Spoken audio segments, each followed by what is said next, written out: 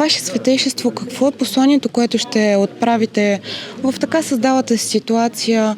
Получи се едно разделение в обществото заради участието на България в така наречената коалиция на желаещите, отделно засиленото военно присъствие в момента, както и разполагането на самолетите. Вижте, това са политически въпроси и се решават от политиците, от народа също, защото народа също си казва мнението. Въпросът е като християни, ние как да подходим към тези съвременни предизвикателства. Има много неща, които се случват в света, които се стараят да отклонят вниманието на човека от основното нещо. Защото войни е имало и ще има.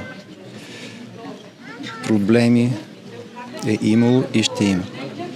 Обаче основният проблем пред всеки един християнин е: има ли го упованието в Бога в душата ми? Има ли е любовта към Бога в душата ми? И днес празнуваната света Богопрамайка Ана, днес празнуваме нейната памет, ни показва през колко трудности е преминал и основното нещо, което е занимавало нейният ум и ума на нейният съпруг, е това да се здобият, да получат, да пазят Божието благословение. Защото ако нямаме това, целият свят да има, Господ казва, каква е ползата за човека да придобие целият свят и да повреди на душата си. И сам Господ ни казва, ще чувате вести за войни, смутове между народите. Какво казва? Не бойте се.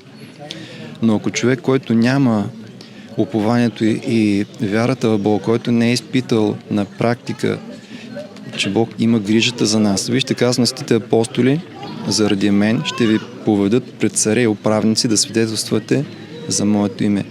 Някои от вас ще убият, но косъм от главата ви няма да загине. Имаме ли това упование ние? Защото ако ние се стараем преди всичко това в душата да има мир с Бога, който ще ни приведе през най-страшните изпитания в живота, ще видим тогава, че към тези въпроси няма да подхождаме с такова безпокойство. И ако има повече човеци, които се грижат най-напред Царството Божие да дойде в сърцата им, то и Бог ще разреши тези въпроси. Ще даде сила на политиците да отстояват това, което е полезно за народа. Ще даде народа сила да застане около политиците, които се грижат. А няма да има такива разделения. Затова нека това, което Господ ни е казал, ние да го слушаме и да го възприемем. Той ни казва, търсете, преди всичко казва, Царството на Бога и Неговата правда. И всичко останало ще ви се придаде. А ние въобще не марим за Царството Божие. Какво ще се случи земното ни царство? Ние ще го напуснем утре или други ден, ние ще го напуснем това земно царство. Дали ще падне някоя ракета, дали ще ни блъсне кола, дали от старо ще умрем, ние ще умрем. Но ако душата го няма царство, какво правим след това? Затова нека чуем това, което Господ ни казва. Ще чувате вести за войни, смутове, не казва, не бойте се. Не бойте се.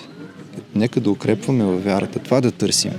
Това да търсим и ще видим, че ще имаме не само временна, а вечна полза.